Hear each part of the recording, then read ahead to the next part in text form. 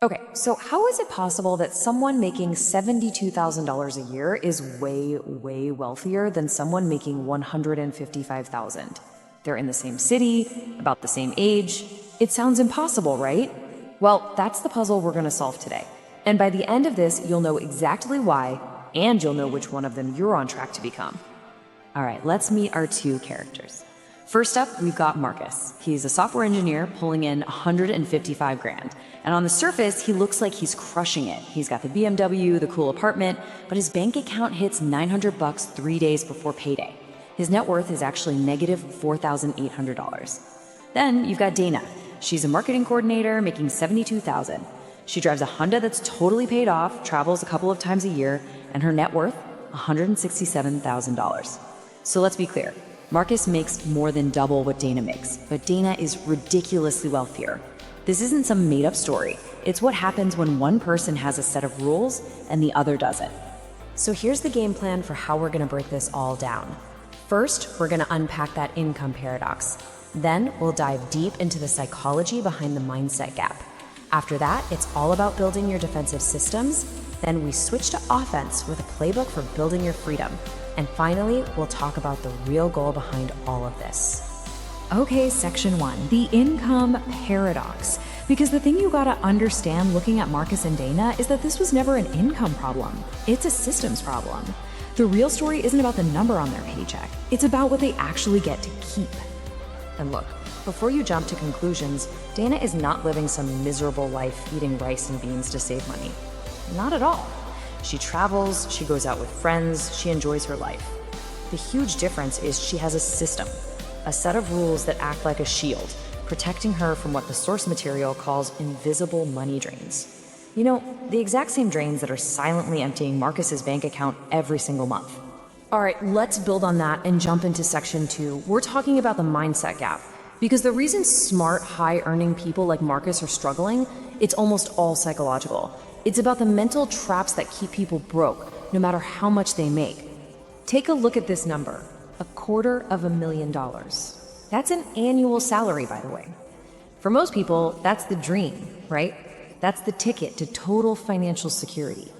You'd think anyone making that much would be completely stress-free about money.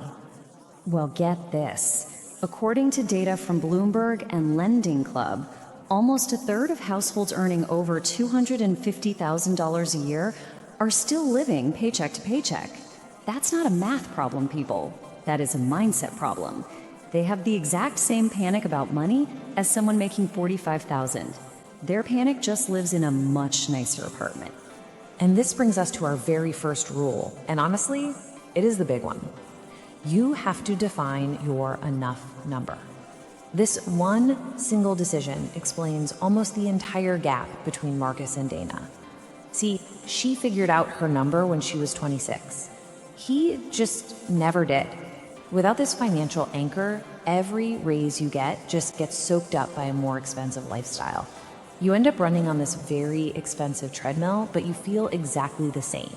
So this leads to a little exercise called the Identity Audit. I want you to look at your last 15 non-essential purchases and ask yourself this exact question for each one. Be honest. A surprising number of our purchases totally fail this test. We're just wired for social comparison. A lot of what we buy is just signaling to other people. Research shows that 86% of luxury car owners are not millionaires. That BMW isn't a signal of wealth for most, it's a signal of debt. Okay, so we've got the mindset straight. Now let's get practical and move on to section 3, your defensive systems. Think of these as the rules for plugging all those invisible leaks in your financial boat.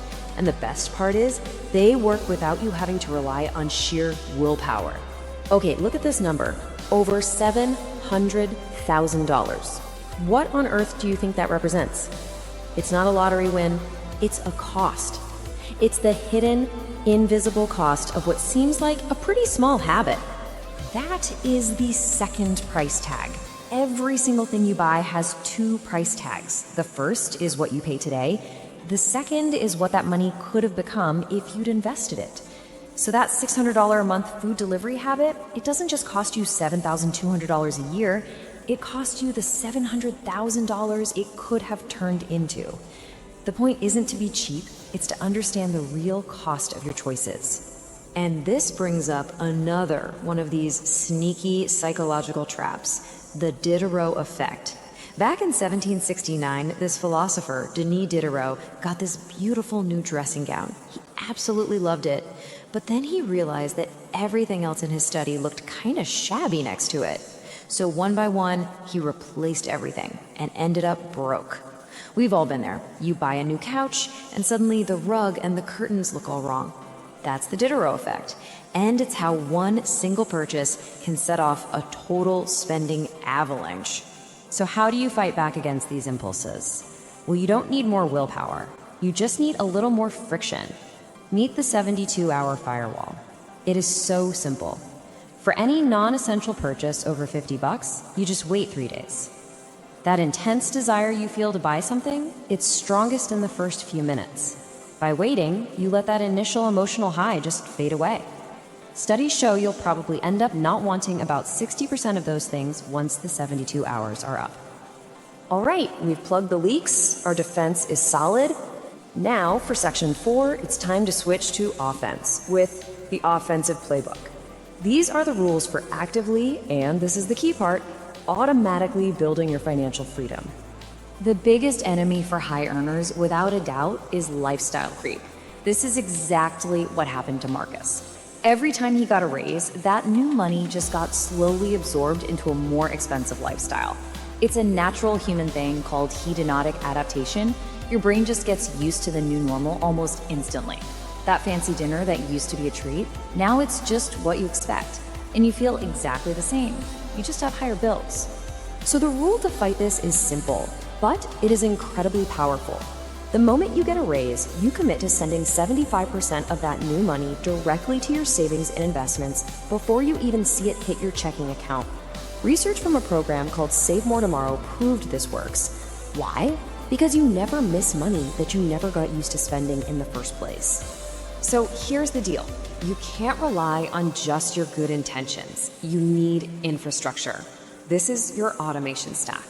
On payday, money automatically shoots over to your investments. Your emergency fund, it's at a totally separate bank, so it's a little harder to raid for non-emergencies.